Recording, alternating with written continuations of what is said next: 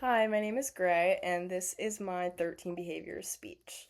Today I'll be discussing my strengths and weaknesses with my brother Ezra, as well as ways I can improve our relationship. By addressing my strengths and weaknesses, I can become aware and conscious of my behavioral patterns and help promote a renewed sense of closeness and mutual understanding between us. So I'll start today by addressing my strengths that are conducive to a healthy sibling dynamic. My first strength is empathetic listening. According to our interpersonal communications textbook, empathetic listening can be described as a higher level listening skill and therefore requires more energy, and it is often described as putting yourself in somebody else's shoes. Floyd K., 2023. This quote shows that empathetic listening is often a difficult thing to do, especially for the listener, of course. And empathetic listening, although still is an important skill in interpersonal communication. I am a sensitive and empathetic person, I would say. So I feel like I'm good at listening closely to what people have to say and responding in a thoughtful, meaningful manner. Another one of my strengths is in Ezra and I's communication is supportive communication. So supportive communication is often referred to as warmth in scholarly texts, and it is similar to empathetic listening. However, displaying warmth in your interpersonal communication is essential with the people you love. I feel that I usually have warmth in Ezra and I's interactions, even if it is covert or hidden. I try to use warmth with Ezra as much as possible so as to not further damage our relationship. A supportive concept for this trait can be found through a psychology article posted on akishine.com. The article states, supportive communication looks like providing consistent support and encouragement, being available during both good and challenging times, and offering emotional and practical assistance. Shine 2025. Supportive communication is different for every relationship. So the supportive communication that I show to Ezra is very different than what I show to my friends or my mom or my partner. And nonetheless, I still pride myself on being able to be a listening ear when one of my loved ones needs to talk to somebody. So, while supportive communication and empathetic listening are strong points in my relationship towards with my brother, I also face struggles in my communication with him, which largely contributes to our lack of closeness. My first weakness in this relationship is difficulty righting wrongs. I can be stubborn sometimes, and this occasionally leads to emotional stonewalling. I don't storm off or give people the silent treatment, but rather I withdraw from the situation and disengage from the person. And I withdraw because I get overwhelmed or uncomfortable.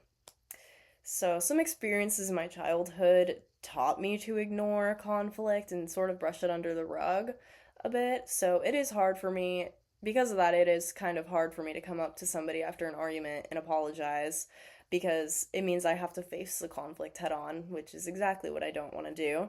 But usually I always do want to apologize. It's just hard to do, especially with my stubbornness.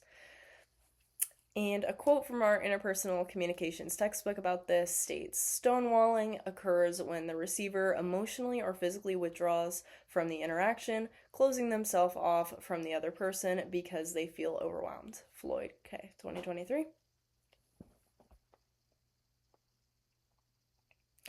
Righting my wrongs in my relationship with Ezra can be hard because I often feel like our arguments are started by him or his fault, which is a very common theme in sibling relationships. But of course, that is not true. I always have a part in it. That's how conflict works. Another weakness that I have, a big weakness that I have, is an avoidant conflict style. I've kind of touched on that a little bit already, but Ezra and I have very different conflict management styles. He gets really loud and defensive, whereas I withdraw and retreat emotionally and avoid the conflict altogether. So clearly, this is a big hurdle that separates our communication quite a bit. And because I learned this behavioral style as a kid, it can be hard to break out of course. But as I get older, I have seen the effects and I know the effects that it has on my relationships, so I have gotten a bit better at it and I aim to continue working on that more. James Pollock describes avoidant conflict styles as this conflict style allows the conflict to linger unresolved, which might lead to hidden tensions, which is from chapter 9 of our textbook. And by learning about and understanding my behavioral weak points, I can start to improve my relationship with myself and my loved ones, including Ezra. And thankfully, there are some things that I can do to strengthen this relationship again. So, the first thing I can do is to face conflict and have more self awareness. Something I can do to improve my relationship with him is to look inward during conflict. I often feel, like I said, that our arguments are his fault, and looking into my emotional reactions can help me deal with that conflict better and right my wrongs more than I have in the past. And by being more self aware, I can foster a healthier relationship and de escalate our conflicts more smoothly and easily. I also need to work on saying what I truly feel and engaging respectfully in conflicts rather than running from them. And being assertive has always been something that's hard for me, but I am getting better at it as I age, and I know that that will help us face our conflicts better. Another thing that I think is really important is making conflicts more neutral by using I statements rather than you statements, because that shifts the tone from being accusatory and hostile to vulnerable and honest.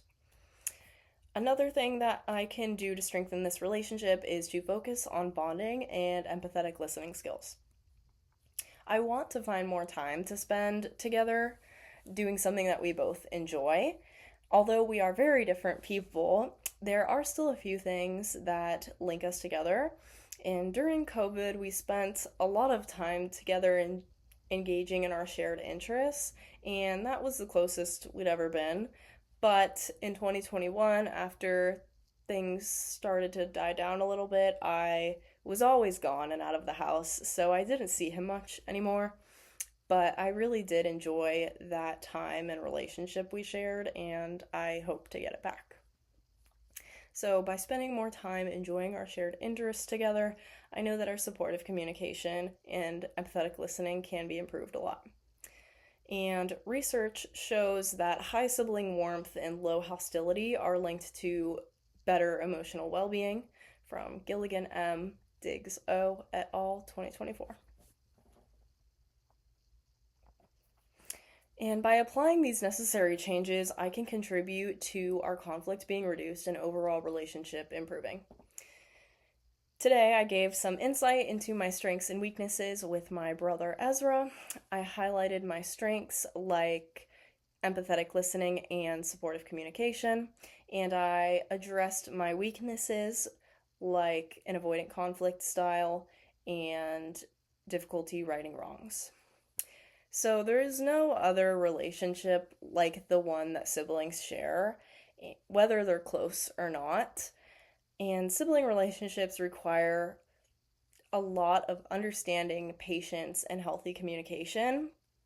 So, by applying these changes to myself and the way I interact with my brother, I am hopeful that we can develop a deeper and closer relationship than we had currently. So, yeah, thank you for listening.